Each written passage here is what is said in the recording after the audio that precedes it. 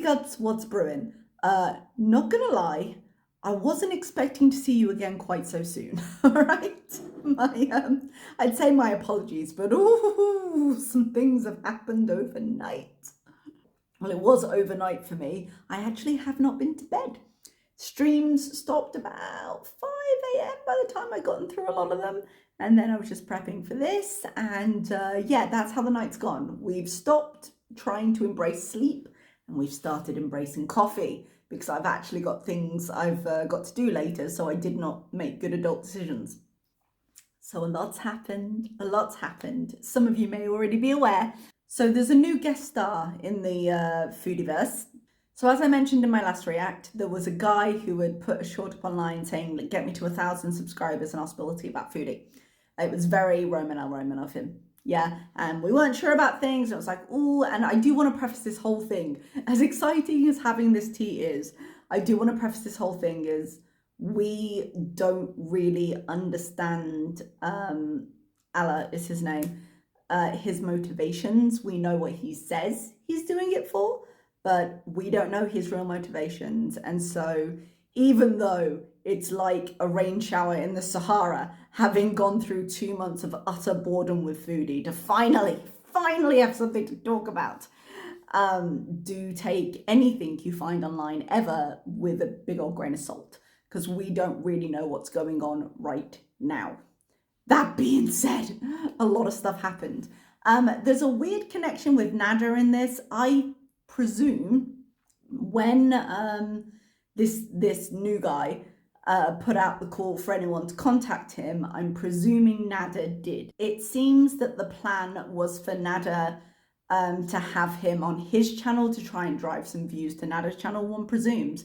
I've got no idea what Nada's told him. I doubt that Alaa has the history of him and foodie, or really understands the impact of the history between Nada and foodie.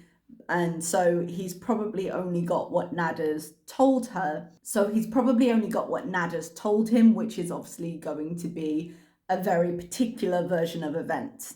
So I'm going to start this recap by just giving you a list of tweets from Mo's Translates, because I have a very strong not viewing Nada policy on this channel and I don't want him on here. So I'm not about to watch him and I'm not about to put him up here, but what Mo did was she made a thread, a list of tweets, there's a word for that. She made a thread on Twitter, basically bullet pointing through the major things. So I've cut and pasted those. I'm going to put them on screen for you now.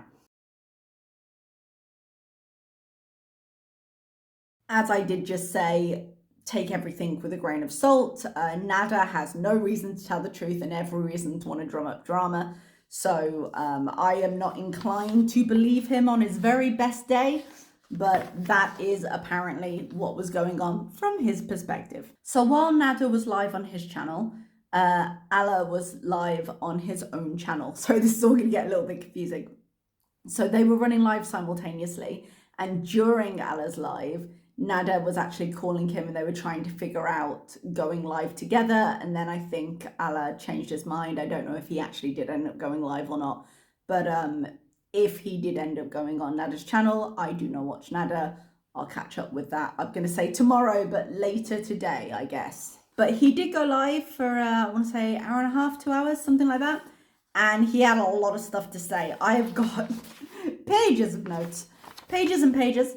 And directly after he was done, Chantal and Salah went live together.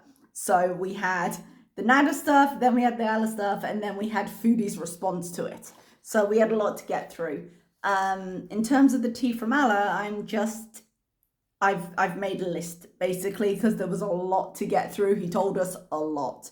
You can believe what you want to believe. Again, we don't know his motivations. I'm just going to start going through this list. I want to say it's in no particular order. It's kind of chronological, but I may have gotten distracted, so I was rehashing it, so it might not be exact. But some of the big ones, number one, he says they are not married and that Salah can't go to Canada. Foodie needs a paper from the embassy. Now, I have been speculating for a long time on this channel that they are not married. In the response video, she claimed yes, they were. But it makes sense that Foodie needs a paper from the embassy because she can't get married on a tourist visa. And if she were going on a different kind of visa, and which allowed marriage in Kuwait, she would need certain paperwork to get married in Kuwait. We have discussed that before.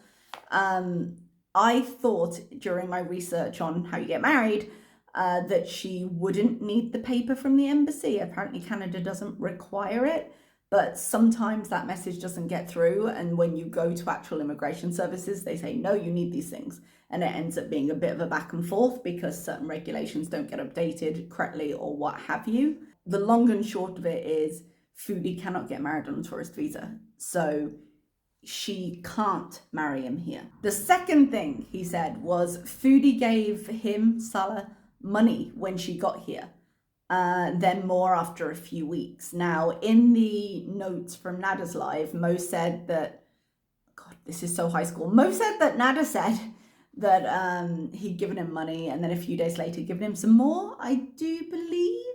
Yeah.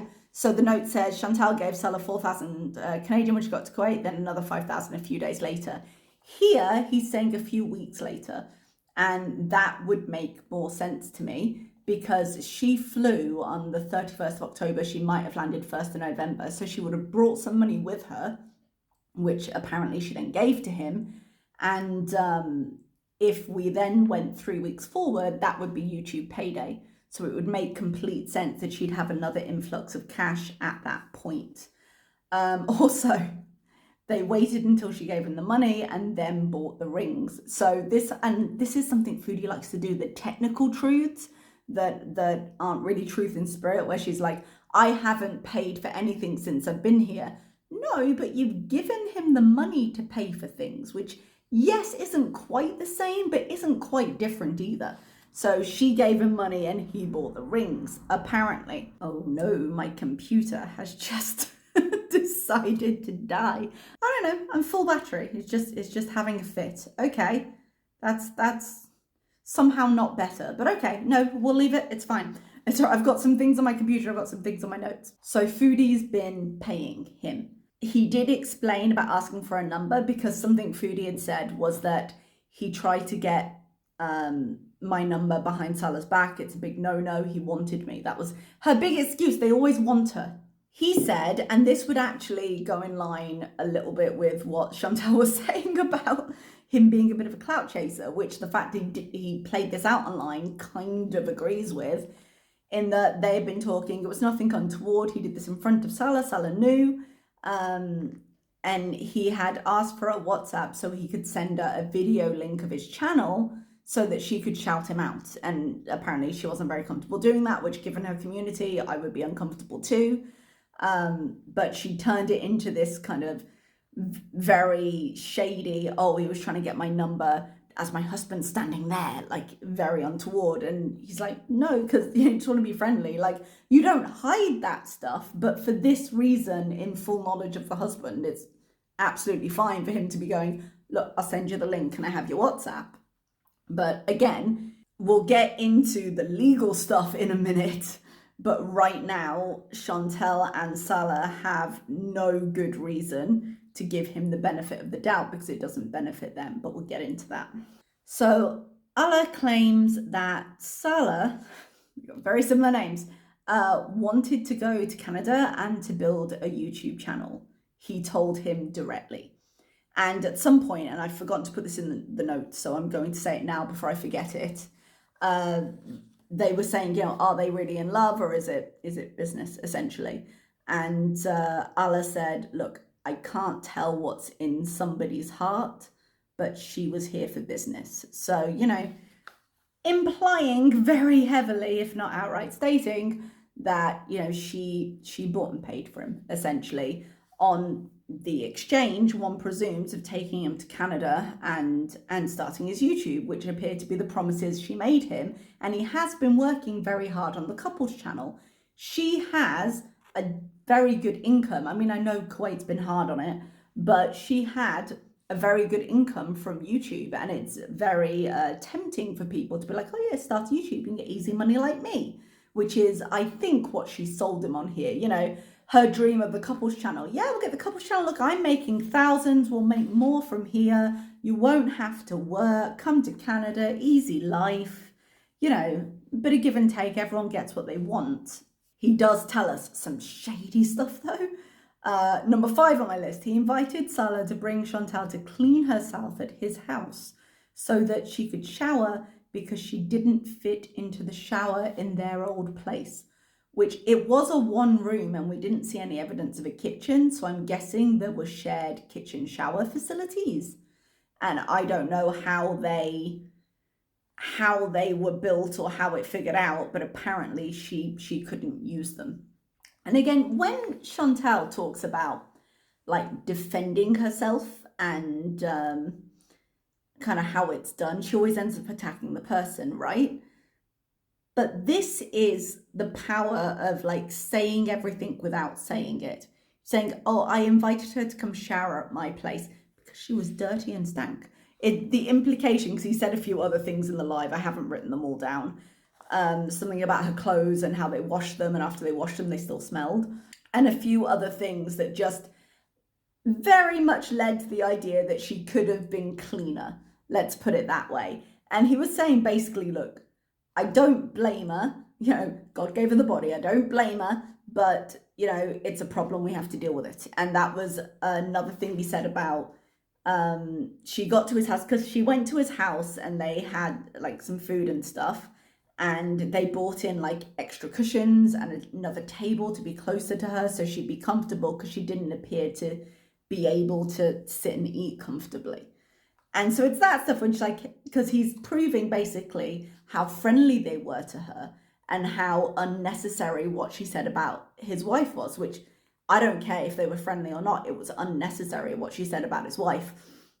But the point he's making is we've been nothing but friendly to you. We've been nothing but accommodating to you. We've offered to accommodate these things that we can see you struggle with. But by God, the shade in doing that. Damn, it was amusing. The fact that he was so matter of fact of all this stuff is like, look, I'm not blaming you, but think if this is a problem, we need a solution kind of thing. It sort of made it better and worse all at once. You're like, let's call a spade here. On a more serious note, well, in as much as any of this gets serious, I suppose, for us, the audience, for her, it could be serious. He gets serious when he says she went too far speaking badly about Alaa's wife. She absolutely did. Jesus. He basically gave Salah 24 hours to call and explain this with him to settle it. Otherwise, he has a lawyer. Like he's willing to take it further. That doesn't surprise me at all, because the idea of honor and disrespect is a huge one within the culture. And if you dishonor his wife the way she very much did, you also in turn dishonor him. And actually, it wasn't unconnected because Foodie spent a lot of time insulting him as well. Insulting his physical appearance, calling him a cuckold, saying that she did things with men in their apartment that he was aware of.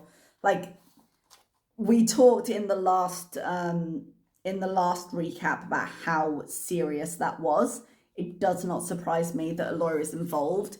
Probably if it got to that point of involving the lawyer, there would be some sense of mediation to see if it could avoid going into court, and she better pray that she can settle it in mediation if it gets there.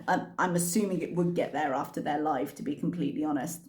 But initially the plan was for his wife to come online and to explain things as well. However, it seems that the lawyer or the friend or whoever they've got advised her not to, as it's better not to talk about it. Apparently there might be a Facebook Live where she spoke out. However, nothing's been confirmed yet, and Foodie's chat isn't very reliable. But Foodie's chat said that she was ranting on Facebook Live, the wife that is, and she asked them to send it to her. But as I haven't seen that myself, I don't know if it's true. It would seem odd that she would be on Facebook ranting about this after her husband has been on YouTube saying no, she shouldn't go online. But I don't know the circumstances around that.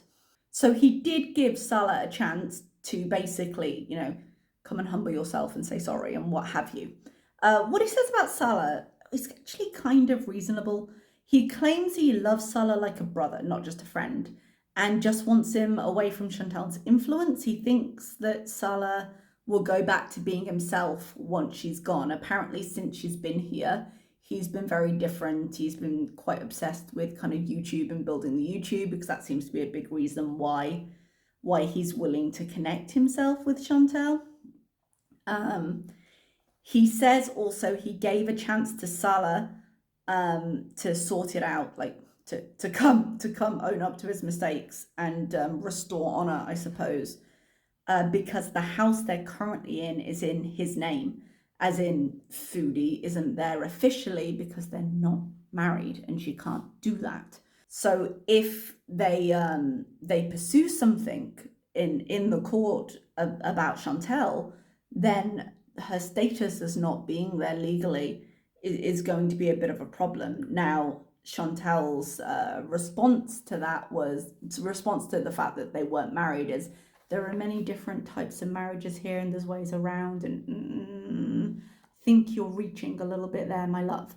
We have talked before about the temporary marriages that can happen there. But again, I don't know.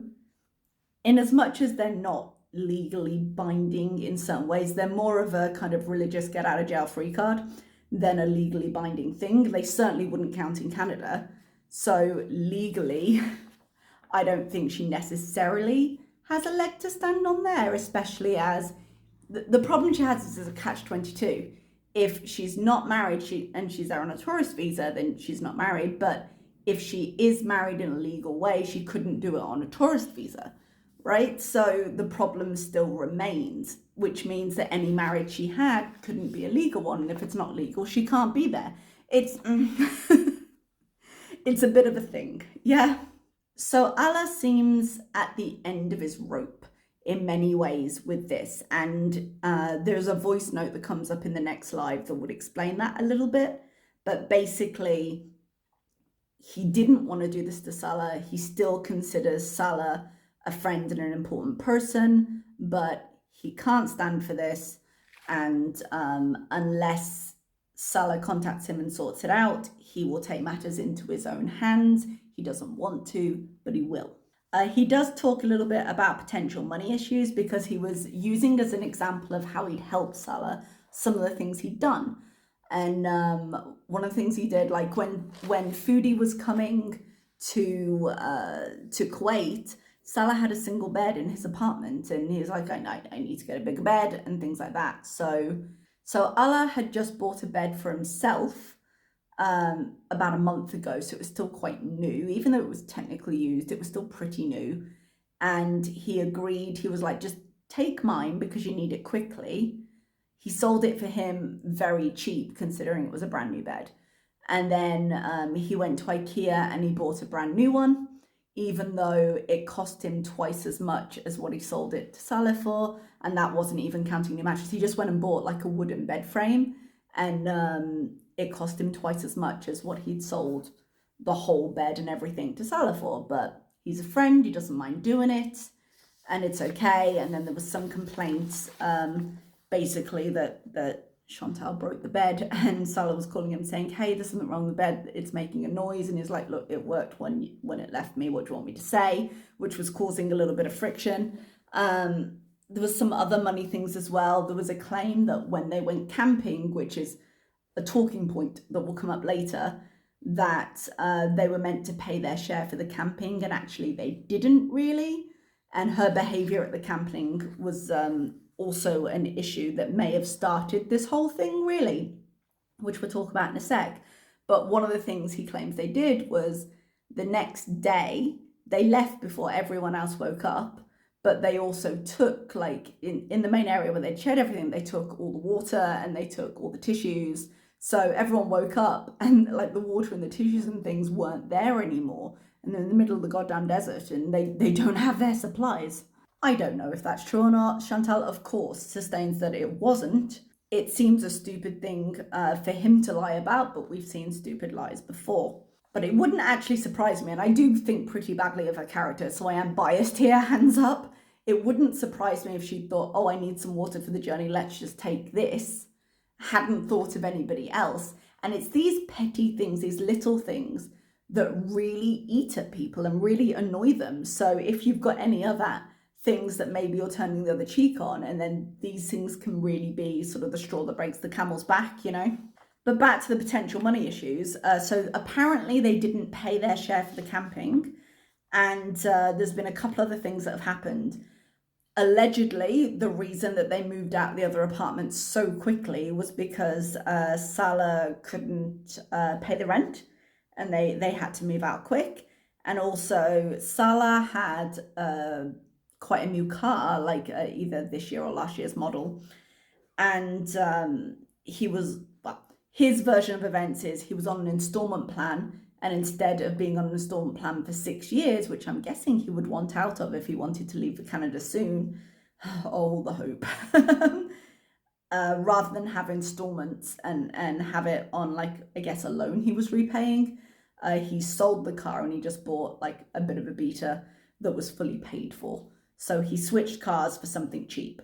Now, that would be a perfectly reasonable explanation, but also he needed money quick to settle some debts, which is what Alaa is saying would also be a completely reasonable explanation. So who knows?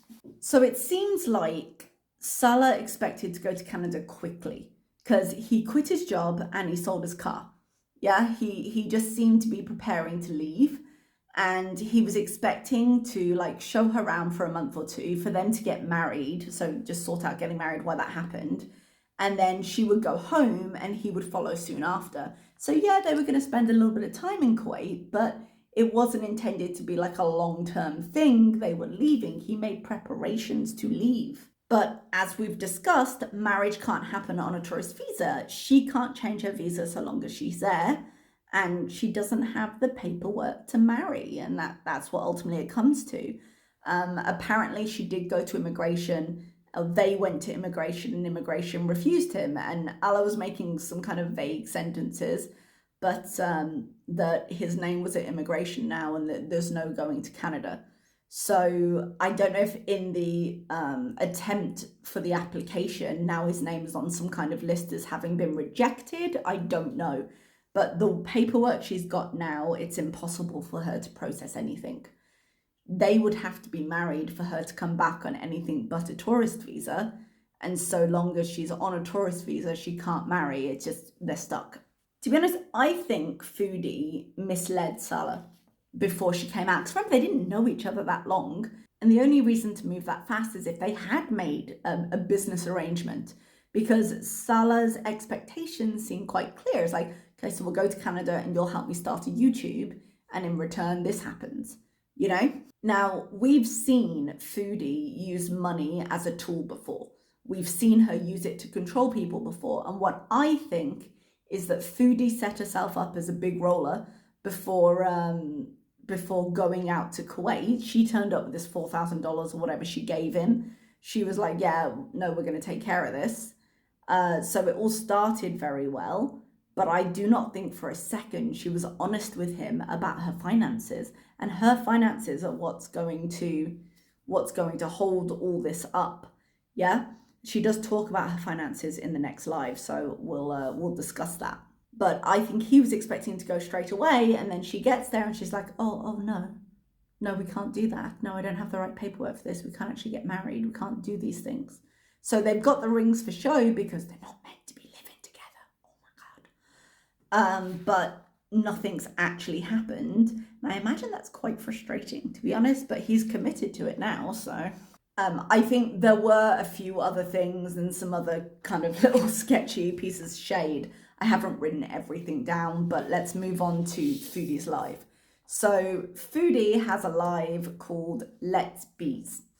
And she put this thumbnail up saying, rage! It happened quite soon after Alaa stopped going live. So clearly she was watching every second. And there was a short pause and then Let's Bees came up.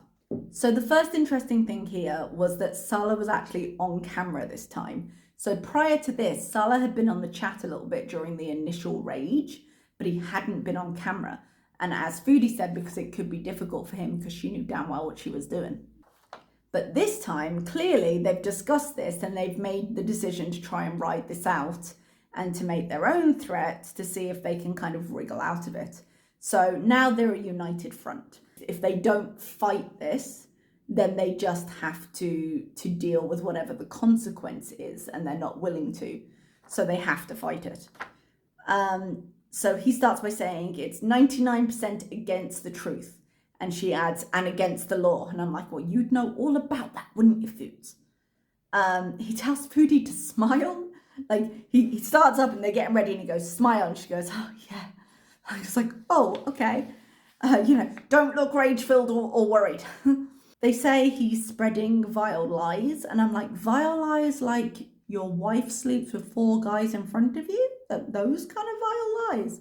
Because frankly, anything she says here, there's no justification. She's grasping because she's going to have to, but nothing she can bring up is going to be worse than what she said. Nothing. She has the actual nerve, like the utter gumption to complain about him fat shaming her, to which I say, Foodie, this you? Noticing the guys. Yeah, I'm fat shaming him. Absolutely. Think I'm a bad person, cancel me again. I'm fat shaming him. He did it first. He's fair game. I'm fat shaming him. I don't know how you and your wife do anything, honestly. Gross. Okay then. So they claim they have the receipts, and at the end of the live, they're like, oh, we've got much more, but we've just shown you this. And I'm like, sure. Their big receipt is a voice note, and the voice note is from the 29th of November, which is right after the camping trip, which is where this comes back.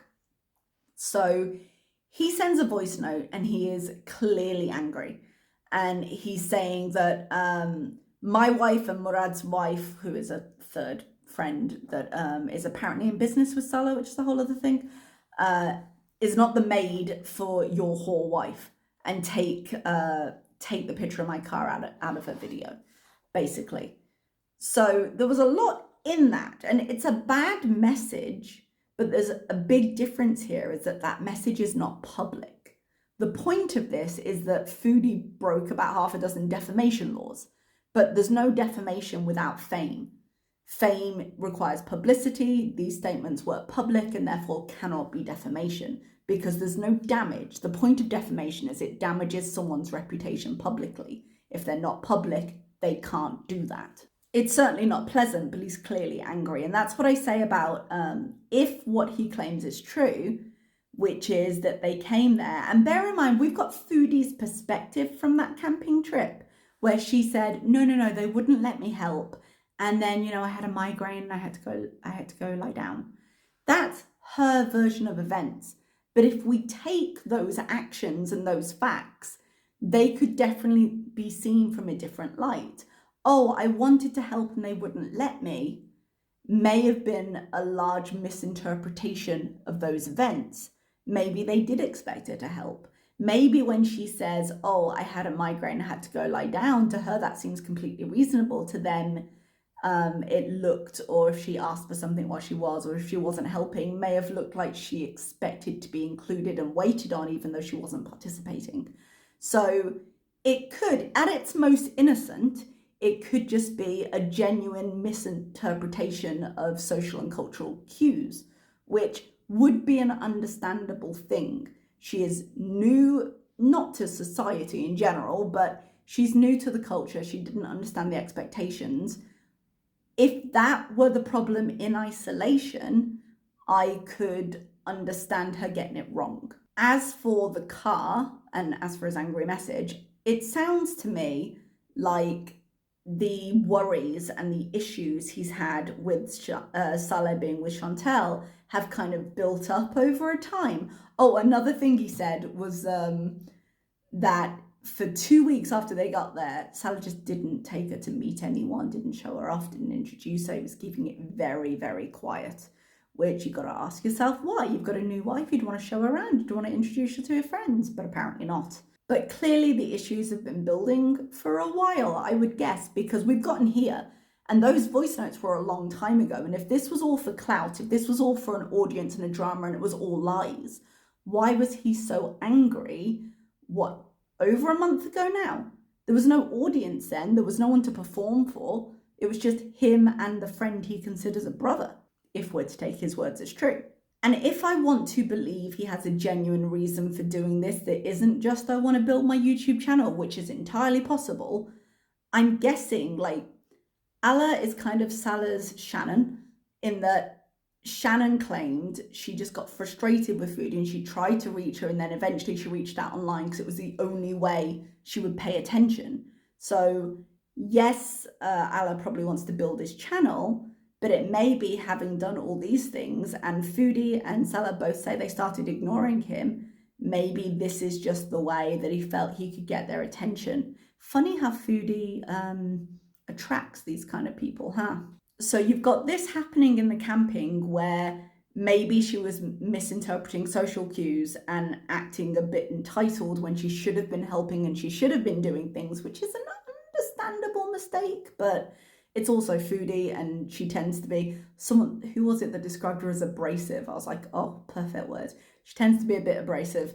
And so she doesn't tend to fit in as seamlessly as she thinks she does in her head, because she has a very different picture of herself than other people have of her.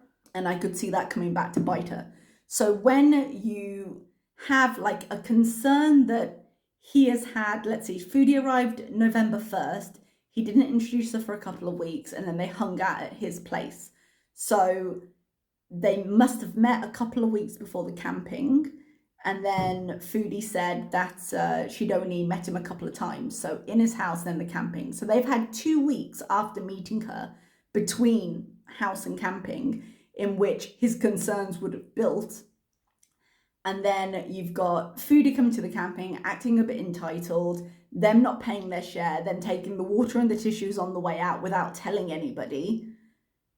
And I think him getting mad about the car was just because it was the only way he could lash out at them after all this had happened. So it seems like he just kind of reached the end of his rope, not to excuse him, because as I said, he's a bit shady doing this online. He really is. I thought the same about Shannon, to be completely honest. So I think there's a bit more there, but I could see how it got there, you know? But that's the big receipt. That's what they have. They also try some other bullshit. They start saying, like I say, fat shaming, taking a picture and putting it online. I'm like, dude, not only do you have a whole ass YouTube channel, so it's really hard for you to argue that that's not okay for you. They do claim a picture he showed on his live was taken without their knowledge, and I don't understand how that's possible. If they're in the house, I thought they were smiling at the camera when it was taken, but actually now I look again at the picture, I don't think they actually were. But how, given the angle of it, how do you stand there and take that picture and no one be aware?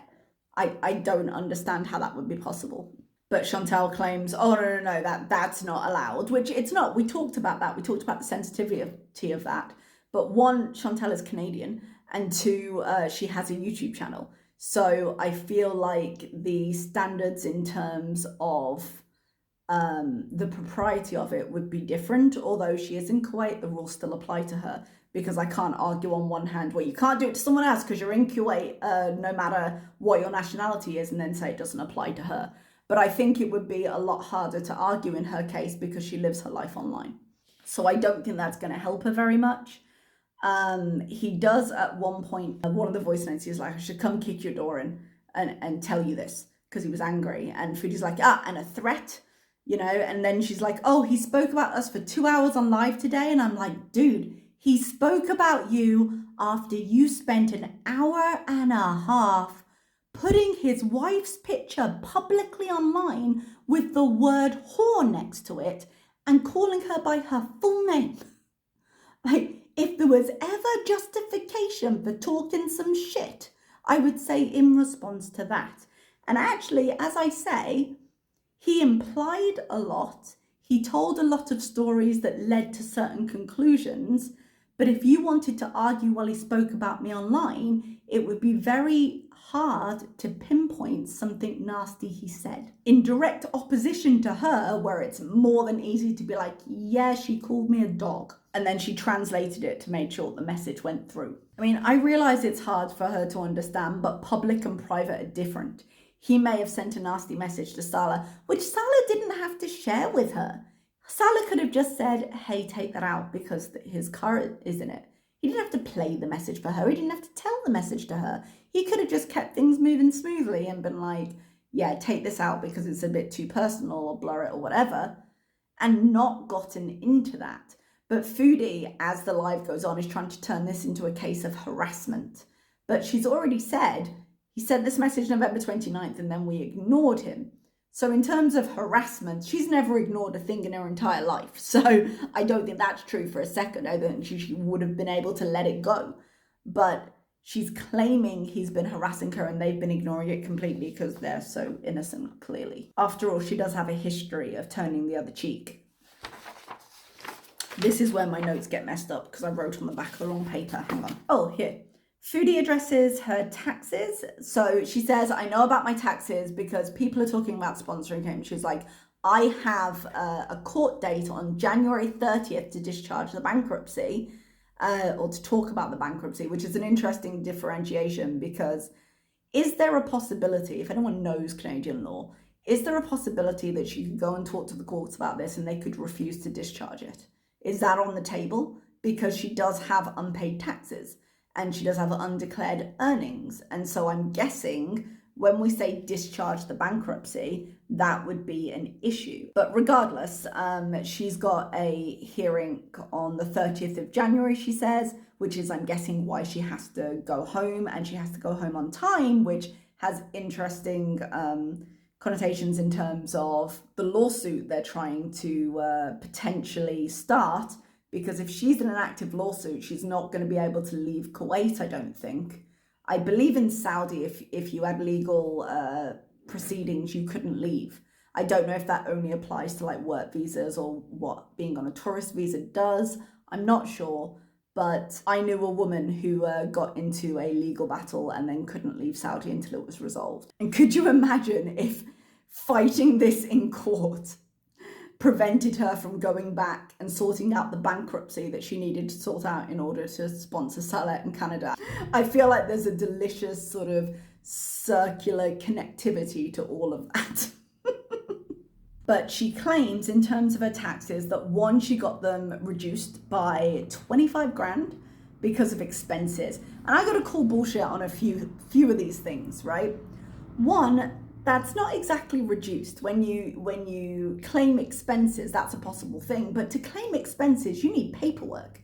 You need receipts of what you did. You need to be able to directly correlate them to how you use them in the business. Half of her videos are missing. Even if she did manage to get to like 25 grand of food, which is basically what her expenses are. Yes, she uses a portion of the house to film, but she also lives there. So it's not a separate, not unique, dedicated business expense. Yes, you could claim a phone, but that maybe 1,000 for that. Like 25 grand in food would need tracking. And she doesn't have the videos, a lot of the videos anymore, to prove that she used them in videos. And she does buy a lot of food on Uber, so I suppose technically she could have those receipts, but it would take a lot more organization than she'd be willing to give.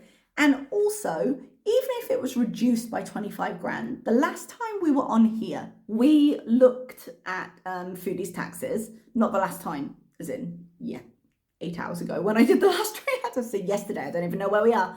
But the last time we looked at her paperwork, I estimated 50 to 60 grand worth of taxes with all the penalties and stuff. So if that's where she was now, she'd be at maybe like 35 grand, which she still doesn't have. But it's been another year, which means the penalties are a lot higher. The taxes she actually owned, because she had a big earning year last year, we know that. So the taxes she owes have got to be huge now.